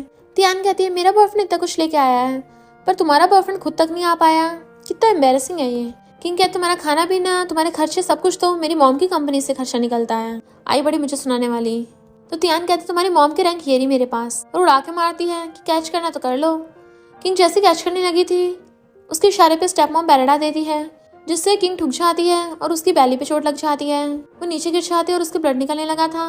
तो कहती है अरे ये क्या हो गया, हमने सुना है प्रेग्नेंट है, पता नहीं इसका क्या होगा, सुना है एक बार में ट्रिपलेट बच्चों से प्रेग्नेंट है। डैड कहते हैं इसने हमारी ये फैमिली की रेपुटेशन मिट्टी में मिला दी, किसी क्लब के मेल मॉडल को डेट कर रही थी और उसी के बच्चे से प्रेग्नेंट हो गई। लोग कहते अच्छा ये प्रिटी बॉय से प्रेग्नेंट है, तभी तो इसका बॉयफ्रेंड को गिफ्ट नहीं लेके आ पाया। किंग उठ के देखती उसको ब्लड निकल रहा है तो उसको अपनी बेबीज की चिंता होने लगी थी और जल्दी से एम्बुलेंस को कॉल करने लग जाती है, पर डैड के इशारे पे स्टेप मॉम उसका फोन छीन लेती है। वो लोग कहते हैं तुम्हें हॉस्पिटल जाना ना, हम डॉक्टर को बुलाते हैं, और एक अपने किसी डॉक्टर को बुलाते हैं कि इसकी ब्लीडिंग हो रही है, जरा इसका चेकअप करना। डॉक्टर पास आने लगा था तो कहती दूर रहना मुझसे, तुम लोगों को ऑलरेडी पता था मैं प्रेग्नेंट हूँ, जानबूझ के ऐसा किया ना, मुझे मेरी मॉम का सामान लेने के बहाने यहाँ पे बुला लिया ताकि मेरी बेबी से छुटकारा पा सको, तुम लोग सच में कितने घटिया हो। वो लोग कहते क्या बोल रहे हो, हम तुम्हें बचाने के लिए ऐसा कर रहे हैं। किंग कहती है तुम बोलते हो कि तुम मेरे डैड हो, जो मेरी बैली में बेबीज है ना तुम उनके ग्रैंडपा हो और तुम उनके साथ ऐसे बिहेव कर रहे हो, तुम्हें शर्म नहीं आती। और फिर सूचन से कहती है हम तो बचपन में साथ में बड़े हुए हैं, हम चाइल्डहुड फ्रेंड्स थे, तुम मेरे साथ ऐसा कैसे कर सकते हो। वो कहता है उस साल जब मेरा कार एक्सीडेंट हुआ था तब तियान ने मुझे कार से बाहर निकाला था, वरना मैं कार में ब्लास्ट हो जाता, इसने मेरी जान बचाई, तभी से मैंने सोच लिया था मैं सिर्फ इसे लव करूंगा। वो कहती है तुम्हें लगता है इसने तुम्हें बचाया। जैसे वो बताने वाली थी तभी तियान बीच में बोल पड़ती है कि तुम्हारा ब्लड बहुत ज्यादा बह रहा है, डॉक्टर जल्दी इसका इलाज कर दो। और उसके पास आकर कहती तुम अभी तक नहीं समझी, जब से तुम्हारी मॉम इस दुनिया से गई है कोई तुम्हारा नहीं है, कोई तुमसे प्यार नहीं करता। इधर ग्रैंडमा फैंग और बॉडीगार्ड्स के साथ जल्दी से जा रही होती हैं। डॉक्टर किंग को टच करने लगा था बट किंग को पता होता है कि वो उसके बेबीज को हर्ट करना चाहता है, इसलिए वो उसे दूर कर रही थी। इतने वहाँ पर बॉडीगार्ड्स आ जाते हैं। ग्रैंडमा तो फैंग के साथ खुशी खुशी आ रही थी तो सब लोग हैरान थे और ग्रैंडमा को वेलकम करने लग जाते हैं। डैड कहते हैं आज मेरा बर्थडे है, वो फैमिली वाले खुद आए हैं, ये तो मेरे लिए बहुत लकी बात है। ये फैमिली वाले तो बड़ा खुश हो रहे थे, उन्हें लग रहा था कि उनकी लॉटरी लग गई। ग्रैंडमा कहती है मैं तुम्हारा थैंक यू करने आई हूँ, कि तुमने मुझे ग्रैंड डॉटर इन लॉ दी है।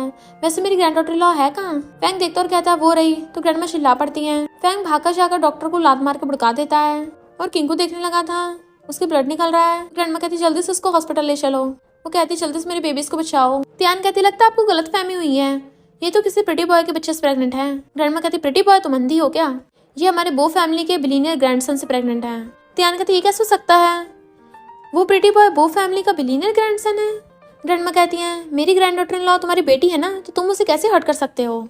फिर बॉडीगार्ड ग्रैंडमा को उसके बारे में इंफॉर्मेशन निकाल के देता है। तो कहती हैं किंग का डैड इतना गिरा हुआ इंसान है और मैं इसका बर्थडे सेलिब्रेट करने आई थी, और उसके थपड़ा मार देती हैं कि तुमने पहले किंग की मॉम को धोखा दिया था, एक मिस्टर से शादी कर ली थी और अब अपनी बेटी के साथ तब बुरा बिहेव कर रहे हो, शर्म आनी चाहिए तुम्हें। जैसे त्यान कुछ बोलने वाली थी तो उसके भी थपड़ा जड़ देती हैं। जब मैं बोला करूँ तुम बीच में मत भोका करो। स्टेप मॉम कुछ बोलने वाली होती है तो ग्रैंडमा उसके भी थपड़ा जड़ देती हैं। एक बार में समझ नहीं आता क्या भौंकने को मना किया है? तुम लोगों की फैमिली कितनी घटिया है।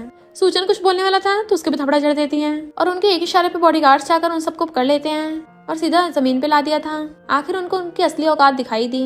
ग्रैंडमा कहते तुम लोगों की हिम्मत कैसे हुई मेरी ग्रैंड डॉटर इन लॉ को बुली करने की? तुम्हें सच में लगा था मेरी ग्रैंड डॉटर इन लॉ का कोई भी नहीं है? भले उसकी मॉम इस दुनिया में नहीं है, पर अब हम उसकी फैमिली हैं। अगर उससे कुछ हो गया ना तो तुम लोगों को सबको जिंदा गाड़ दूंगी। बॉडीगार्ड से कहती हैं ये सारे गिफ्ट्स वापस ले चलो।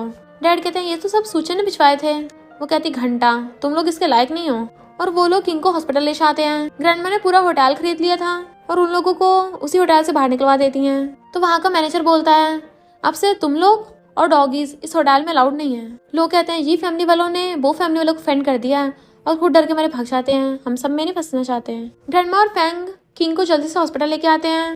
पहले तो वो ग्रैंडमा डॉक्टर से कहती हैं प्लीज उसको बचा लेना, और देन गॉड से प्रे करने लग जाती हैं। जबकि फैंग मिस्टर बो को कॉल करने लगा था। इधर मिस्टर बो मीटिंग में होता है, तभी उसको बताता है कि सिस्टर इन लॉ प्रेग्नेंट है। मिस्टर बो खुश होने लगा था, बट वो बताता है कि प्रॉब्लम में है, तो वो जल्दी से भागता है। सारे एम्प्लॉयज ने सुन लिया होता है कि प्रेसिडेंट की वाइफ ट्रिपलेट बच्चों से प्रेग्नेंट है और खुश होने लगे थे। मिस्टर बो भागकर हॉस्पिटल में आता है तो डॉक्टर बताती है कि अच्छा हुआ इन्हें सही टाइम पर हॉस्पिटल ले आए थे, वरना मॉम और बच्चों की जान बचाना काफी मुश्किल हो जाता। बट अभी मॉम और बेबी सब सेफ हैं। तो ग्रैंडमा तब जाके चैन की सांस लेती है और मिस्टर बो उसका हाथ पकड़ लेता है और ग्रैंडमा से कहता है आप लोग अभी जाइए वरना मेरी आइडेंटिटी एक्सपोज हो जाएगी। और फैंग से बोल देता है ये फैमिली के बारे में अच्छे से इन्वेस्टिगेट करो। ग्रैंडमा कहती मैं नहीं जाने वाली, तुम कब बताओगे इसको? आखिर मुझे अपनी ग्रैंड डॉटर इन लॉ के साथ भी रहना है और इसे बताना है कि बो फैमिली की मेंबर है और इसकी बैली में हमारे बो फैमिली के तीनों वारिस हैं। इसके हस्बैंड होने के नाते तुम्हें मेरी ग्रैंड डॉटर इन लॉ के सबसे बड़े सपोर्टर बनना है। वो कहते हैं जिसने मेरी वाइफ को बुली किया मैं उसको छोड़ूंगा नहीं। जैसे देखते किंग उठने लगी थी इशारा करता है तो फैंग जल्दी से ग्रैंडमा को पकड़ के ले जाता है। किंग की आइज खुलती हैं तो वो उसे पकड़ के बैठाता है। वो अपने बेबीज के बारे में पूछने लगी थी तो कहता है वो एकदम ठीक है, बो फैमिली की ग्रैंडमा ने तुम्हारी जान बचाई है, वो तुम्हें हॉस्पिटल लेके आई थी। वो कहती बो फैमिली वालों ने 2 बार मेरी हेल्प की। वो उसकी बैली को सराहने लग जाता है, फाइनली हमारे बेबीज हैं। बट वो कहती है चलो ब्रेकअप कर लेते हैं। तो वो हैरान था। वो कहती तुम्हें तो पता ही है मुझे अपनी मॉम की कंपनी वापस चाहिए थी, इसलिए मैं प्रेग्नेंट हुई। वो कहता है इसका मतलब तुम्हें अब मेरी जरूरत नहीं है। तभी सेक्रेटरी उसको बुलाने के लिए आती है। वो कहती है जैसे कि हमारी डील हुई थी कि ट्विंस होने पे मैं तुम्हें 50 मिलियन दूंगी, मैंने सोचा नहीं था कि ट्रिपलेट्स होंगे, इसलिए मैं तुम्हें 60 मिलियन दूंगी। मेरी सेक्रेटरी तुम्हारे अकाउंट में ट्रांसफर कर देगी। और वहाँ से उठ के जाने लगी थी तो वो उसका हाथ पकड़ लेता है। क्या तुमने कभी मुझे लाइक नहीं किया? क्या तुम्हें कभी मेरे लिए फीलिंग्स नहीं आई? वो सोचती है मेरे एक्स फियांसे का कमबैक था, मेरे डैड्स कमबैक है, अब मुझे फीलिंग्स पे भरोसा नहीं रहा। और कहती है बिल्कुल नहीं। देन हाथ छुड़ा के चली जाती है। देन वो अपनी मॉम के लिए अगरबत्ती चला रही थी और फिर सेक्रेटरी से कहती है सारे शेयर होल्डर्स को बोल दो कि मुझे आज रात मीटिंग करनी है, अब मैं सबसे गिन गिन के बदला लूंगी। सेक्रेटरी जाने लगी थी पर तभी चिल्ला पड़ती है तो जल्दी से बाहर आती है। इनफैक्ट मिस्टर बो उसके गेट के बाहर ही बैठा होता है तो वो पूछती है तुम यहाँ क्या कर रहे हो? तो कहता है क्या तुम मुझे और नहीं रखोगे अपने पास? तो मैं कहाँ जाऊंगा, मेरे पास जाने की कोई जगह नहीं है। सेक्रेटरी हंसती वहाँ से ले जाती है। किंग कहते हमारा एग्रीमेंट कंप्लीट हो चुका है, तुम क्या मेरे ऊपर डिपेंड होगे? वो उसका हाथ पकड़ लेता है प्लीज मान जाओ ना, मुझ पर थोड़ी दया दिखा दो, मुझे घर के अंदर रख लो। वो सोचती है इसको क्यूट पपी बनना कितना अच्छे से आता है पर मैं इसे पिघल नहीं सकती और हाथ छुड़ा लेती है। तो ठीक है फिर यहीं बैठे रहो। और घर के अंदर चली जाती है तो सोचने लगी थी फाइनली कल मुझे अपनी मॉम की कंपनी वापस मिल जाएगी। बट उसको नींद नहीं आ रही होती तो उसे गुस्सा आने लग जाता आखिर मुझे हुआ क्या है, मेरी नींद कहाँ उड़ गई? मुझे बहुत टाइम से उसके साथ सोने की आदत हो गई है, क्या वो अभी बाहर होगा? फिर मैं थोड़ा सा चेक कराऊं। और गेट खोल के बाहर आती है तो देखती है वहाँ पे वो दिख नहीं रहा तो सोचती लगता वो चला गया। बट तभी वो पीछे से आता है क्या तुम मुझे ढूंढ रही हो? पता है मैं रिसर्च करने गया था कि कैसे मैं तुम्हारा और बेबीज का ध्यान रखूंगा। वो कहती तुम सच में नहीं गए अभी तक, और उसको उल्टी जैसे आने लगती है तो उसकी केयर करने लग जाता है। चलो मैं तुम्हारे लिए सूप बना देता हूँ। और किचन में आके उसके लिए सूप बनाने लगा था।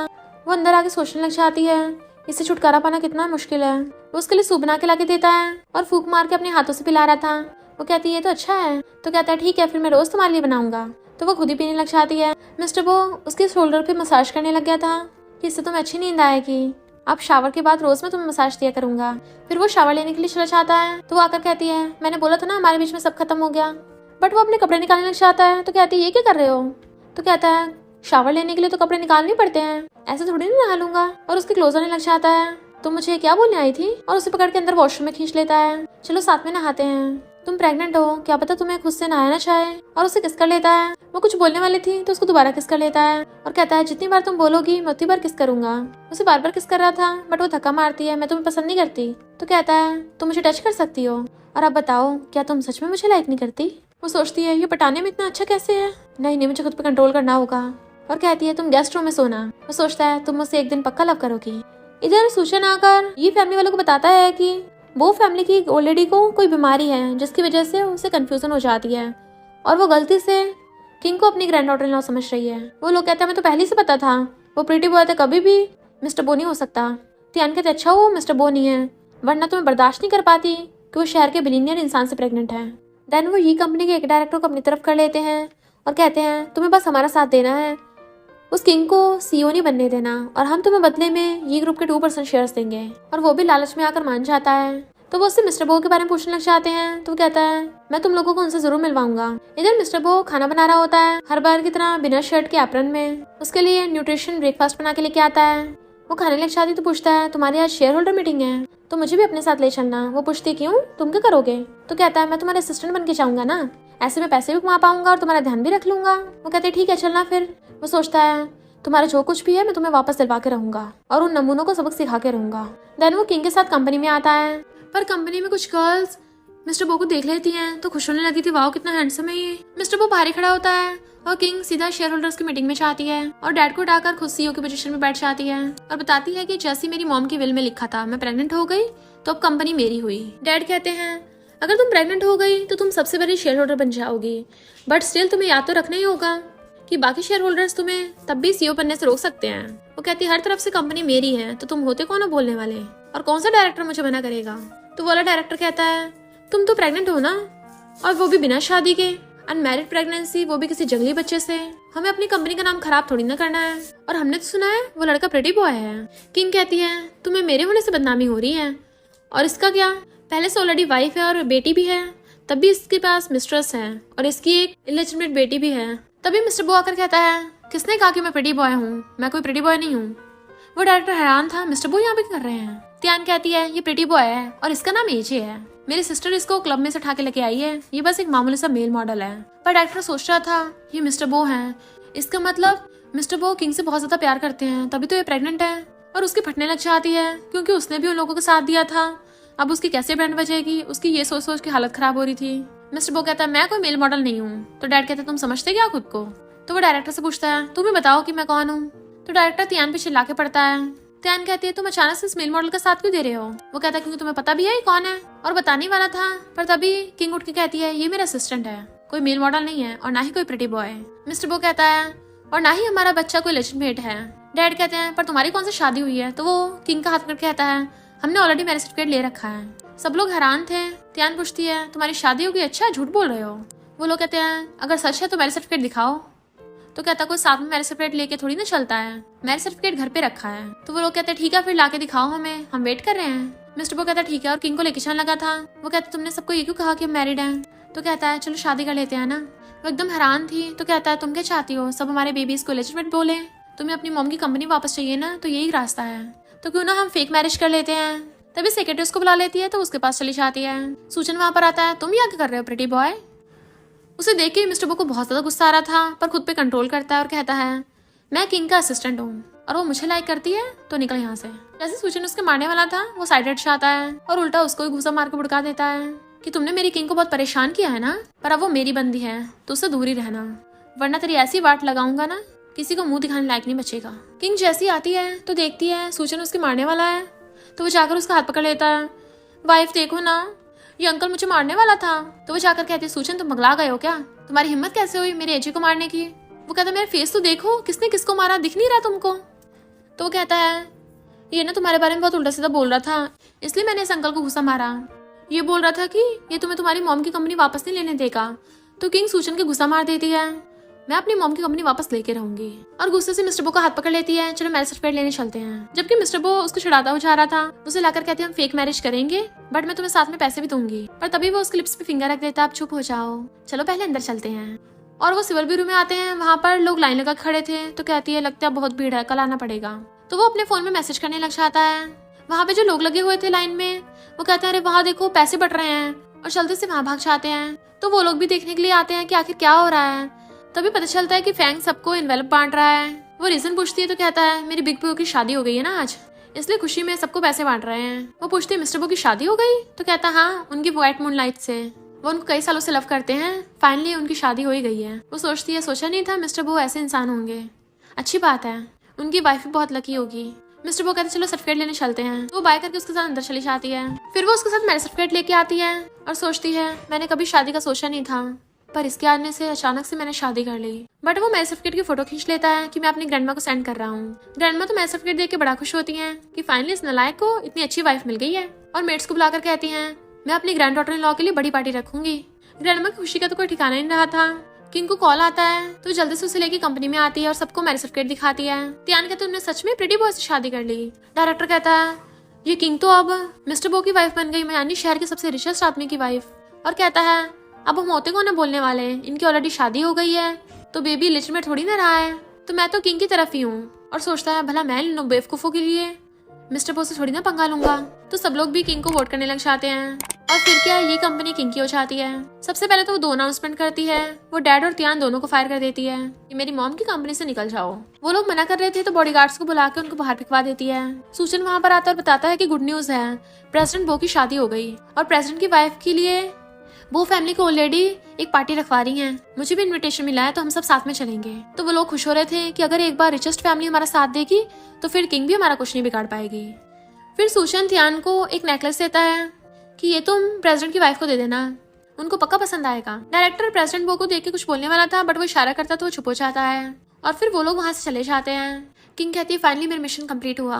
तो वो उसके शोल्डर पे मसाज करने लगा था, मेरी वाइफ तो बहुत औसम है। इतने में सेक्रेटरी बताती है कि सुना है प्रेसिडेंट बो की शादी हो गई और उन्होंने एक बहुत बड़ी पार्टी रखवाई है और उसको इनविटेशन कार्ड देती है। वो कहती शादी का तो मैंने भी सुना है। सेक्रेटरी कहती है और ये भी कि प्रेसिडेंट बो ने अपने फर्स्ट लव से शादी की है जिससे वो कई सालों से लव करते आ रहे हैं। मिस्टर बो कहते तुम्हें इनविटेशन कार्ड मिला है, तुम चलोगी ना पार्टी में। वो कहती है उन्होंने मेरी कितनी बार हेल्प की है, मुझे उनका थैंक यू भी तो करना है और वैसे भी मैं भी उनसे देखना चाहती हूँ। और हाँ कर देती चलने के लिए। तो वो सोचता है कल मैं तुम्हें अपनी आइडेंटिटी रिवील करूंगा। फिर नेक्स्ट दिन में वो उसकी आइस कवर करके अंदर लेके आ रहा था और उसे सरप्राइज देता है। वो जैसे देखती है वहाँ पे पूरी डेकोरेशन हो रखी थी तो उसे इम्प्रेस हो जाती है। वो कहता है हमने शादी की है ना आज, तो हैप्पी वेडिंग वाइफ। वो कहती है तुम्हें मेरे लिए इतना कुछ प्रिपेयर करने की जरूरत नहीं थी, हमारे तो वैसे भी फेक मैरिज है ना। तो वो उसे हक्का लेता है, तुम थक गई होगी, पहले शावर लेके आओ। वो जैसे शावर लेके आती है, मिस्टर किंग तो पहले से रेडी था और उसे बेड पे गिरा लेता है और किस करने लगा था। वो सोचती है ये पटाने में कोई कसर नहीं छोड़ता और मैं भी रुक नहीं पाती और उसे किस करने लग जाती है। मॉर्निंग में उठती है तो सोचती है मैंने उसके साथ दोबारा से नाइट स्पेंड कर ली। अरे नहीं, मैंने तो उसके साथ फेक मैरिज की थी ना, और वेडिंग नाइट तो मैंने रियल वाली बना ली। पता नहीं मैं क्यों कंट्रोल नहीं कर पाती। फिर जैसे उठ के आती है वो हर बार की तरह बिना शर्ट के एप्रन में ब्रेकफास्ट बना रहा था।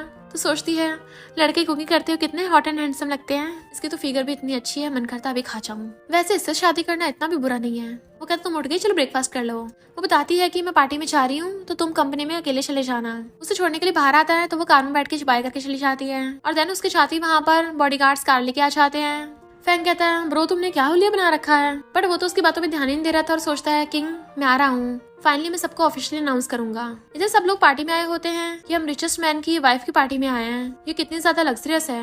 और वहाँ पे गिफ्ट्स रखे देखते हैं तो हैरान थे, ये तो सारे लिमिटेड एडिशन के हैं, ज्वेलरी भी, बैग भी, और ये सब वो फैमिली की ग्रैंड डॉटर इन लॉ के लिए है। ओल्ड लेडी ने स्पेशली उनके लिए प्रिपेयर करवाए हैं। सच में मिस्टर बो की वाइफ कितनी लकी है। तो तियान सोचती है एक बार मैं मिस्टर बो की वाइफ के साथ फ्रेंडशिप कर लूं, फिर मेरा फायदा ही फायदा होगा। जैसे वो किंग को देखती है तो पूछती है तुम यहाँ क्या कर रही हो। किंग कहती है क्यों, मैं क्यों नहीं आ सकती। तो कहती है रिचेस्ट मैन की वाइफ तुम्हारे साथ तो कभी फ्रेंडशिप नहीं करने वाली। वो कहती है अच्छा तो क्या तुम्हारे जैसे नमूनी के साथ करेगी। तो वो उसको नेकलेस दिखाती है, मैं प्रेसिडेंट की वाइफ को ये देने वाली हूँ। और तुम क्या उसके लिए लाई हो? तो कहती है मैंने स्पेशली उसके लिए परफ्यूम बनाया है। तो वो लोग कहते हैं तुम्हारा बेकार सा परफ्यूम उसको कभी पसंद नहीं आने वाला। और ये फैमिली वाले उसकी गिफ्ट की बेइज्जती करने लगे थे। वो कहती है स्पेशल परफ्यूम है, इसमें मेडिसिनल क्वालिटीज हैं। परफ्यूम के साथ साथ ये क्रीम का भी काम करता है जिससे स्किन बहुत अच्छी रहती है। तुम जैसे नमूनों को कहाँ इसकी इंपॉर्टेंस समझ में आएगी। और उनके इग्नोर कर जाने लगी थी। त्यान उसके थप्पड़ मारने वाली होती है बट वो उसका हाथ पकड़ के मोड़ देती है कि तुम्हारी घटिया ट्रिक्स दोबारा मुझ पे काम नहीं करने वाली, और उसको भड़का देती है। और त्यान हर बार की तरह फिर से इनोसेंट बनने का नाटक करने लग जाती है कि तुम मुझे बुली कैसे कर सकती हो। सब लोग कहते हैं तुम यहाँ पे तमाशा कर रही हो, निकल जाओ यहाँ से। पर तभी बॉडीगार्ड्स आके लाइन में लग जाते हैं। तो वो लोग कहते हैं फाइनली हमें प्रेसिडेंट बो को देखने का मौका मिलेगा। तुम यहाँ पार्टी में गड़बड़ कर रही हो, निकल जाओ यहाँ से। बट देन वहाँ पर मिस्टर बो की एंट्री होती है। किंग तो उसे देख के एकदम हैरान थी। ये छे बाकी सब लोग भी हैरान थे, प्रिटी बॉय यहाँ पे कर रहा है। गर्ल्स कहती है मिस्टर बो कितने हैंडसम है। तो त्यान कहती है ये कोई मिस्टर बो नहीं है, ये बस एक प्रिटी बॉय है।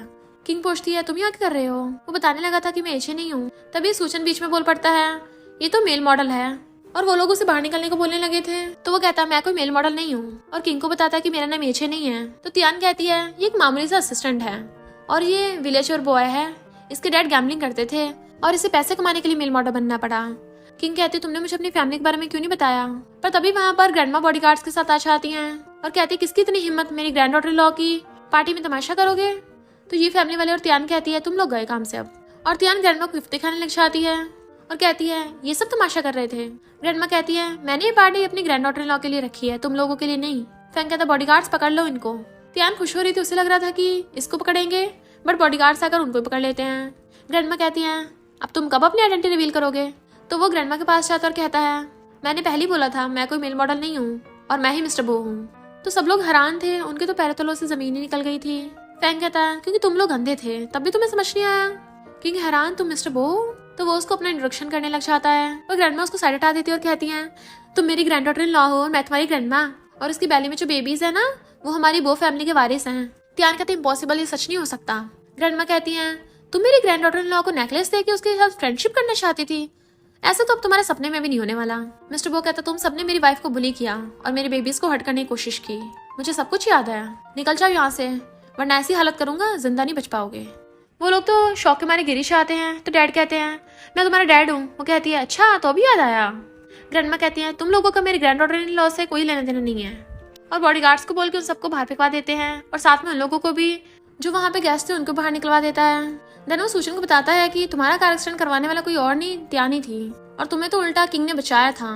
तो सूचन त्यान के थपड़ा मारता है, उसे अपनी गलती का एहसास होता है बट अब क्या फायदा। मिस्टर बो के ऑर्डर पर बॉडीगार्ड्स उन सबको बाहर फेंक देते हैं। सूचन किंग से कहता है क्या हम दोबारा स्टार्ट कर सकते हैं, उससे माफी मांग रहा था। मिस्टर बो कहता मेरी वाइफ से दूर रहो, समझ नहीं आता क्या वो मेरी बंदी है। तो बॉडीगार्ड्स उसको पकड़ के ले जाते हैं। मिस्टर बो किंग की तरफ देखने लगा था बट वो वहाँ से जाने लगती है तो वो उसके पीछे भागता है और फिर उसे रोक के कहता है पहले मेरी बात तो सुन लो। वो कहती भला मैं एक बिलियनर प्रेसिडेंट की वाइफ कैसे हो सकती हूँ? तो तुम क्लब में मेल मॉडल बनने का नाटक कर रहे थे। वो कहता नहीं तो कहती है मुझे सबसे ज्यादा झूठ से नफरत है, तो अब हमारे बीच में कुछ नहीं रहा। और जाने लगी थी वो उसको रोकता है क्या तुमने मुझे कभी भी लाइक किया है? थोड़ा बहुत भी। वो मना करके जाने लगती है पर तभी उसको आवाजें आती, लोग चिल्ला रहे थे किसी का कार एक्सीडेंट हो गया। तो भागकर वापस आती है मिस्टर बो बट वहाँ पे तो कोई और था। वो पूछता है क्या तुम मुझे ढूंढ रही थी? इसका मतलब तुम्हें मेरी फिक्र है, तुम मान जाओ ना तुम मुझसे लव करती हो। वो जाने लगती है तो वो उसके पीछे आता है और फिर कहता है क्या तुम्हें ये जगह याद है? किंग को याद आता है स्कूल टाइम का कि उसने एक लड़के से बात की थी। तो पूछती है क्या वो तुम थे? तो बताता है कि मेरे पेरेंट्स की उस साल डेथ हुई थी, तो मेरे सबसे वर्स्ट टाइम पे तुमने मेरे साथ दिया, तुमने मुझे मोटिवेट किया, मुझे जीने के लिए एक मकसद दिया। इनफैक्ट किंग ने उससे बताया था कि मेरी मॉम का भी फ्यूनरल है आज। सब बोलते मेरे डैड ने चीट किया, उनकी ऑलरेडी मिस्ट्रेस है, मेरे जितनी बेटी भी है और डैड उस मिस्ट्रेस और इलिजिबेट बेटी को घर भी ले आए। पर मैं फिर भी उनको टपकाना नहीं चाहती, मुझे डर है कि मेरी मॉम गुस्सा करेंगी और उन दोनों ने एक दूसरे को लव करने का प्रॉमिस किया था। तो वो रोने लग जाती है वो तुम ही थे। वो कहता फाइनली तुम्हें याद आया। तो कहता मैं तुमसे लव करने आया हूँ, तुम मुझे भूल नहीं सकती। इनफैक्ट हुआ कुछ यूँ था कि जब मिस्टर बो ने उसको स्कूल टाइम पे कन्फेस करने वाला था तब उसने देखा था कि सूचन उसके साथ है, इसलिए वो बेचारा सैड हो गया था और कहता है हमारी डील हुई है, हम एक दूसरे से लव करेंगे, तो तुम मुझे भूल कैसे गई? तो वो उसको सॉरी बोलने लगती है। वो कहता है मैं तुम्हें बहुत लव करता हूँ, मुझे पता तुम्हें फीलिंग्स पे भरोसा नहीं है पर प्लीज हमेशा मेरे साथ रहो, मैं तुम्हें इतना प्यार करूंगा तो मैं सब चीज पे भरोसा हो जाएगा। वो हाँ करती है। तभी ग्रैंडमा भागकर आती हैं कि प्लीज इसे हाँ कर दो। फैंग भी कहता है सिस्टर इन लॉ मान जाओ ना। वो हाँ करके उसको हक कर लेती है और ग्रैंडमा और फैंग भी बहुत ज्यादा खुश होते हैं। द नेक्स्ट सीन में वो उसे कार में अपने साथ लेके आता है। किंग की प्रेगनेंसी को भी काफी टाइम हो गया था क्योंकि उसकी बेली दिखने लग जाती है। फैंग पूछता ब्रो हम फिर से टेंपल में क्यों आए हैं। मिस्टर बो कहता है गॉड ने मेरी विश पूरी की है ना इसलिए। इनफैक्ट वो स्टोरी की स्टार्टिंग में गॉड को यही प्रे करने आया था कि अगर मेरी किंग से शादी नहीं हुई तो मैं कभी शादी नहीं करूंगा। और गॉड ने उसकी विश सच में कंप्लीट कर दी थी तो उसके लेस बांधने लगता है। वो कहती मुझे भी तुम्हें कुछ बताना है और उसे आई लव यू बोल देती है। वो कहता सुना नहीं दोबारा बोलो। तो कहती मैं जा रही हूँ। तो वो उसे पकड़ लेता है और फिर उसके फोरहेड पे किस करता है और दोनों एक दूसरे को आई लव यू बोल देते हैं। और इसी के साथ इस स्टोरी का एंड हो जाता है। अगर आपको ये स्टोरी पसंद आई हो तो लाइक शेयर और कमेंट करते जाना। तो बस थोड़ा सा इंतजार करना, फिर मिलेंगे न्यू स्टोरी में।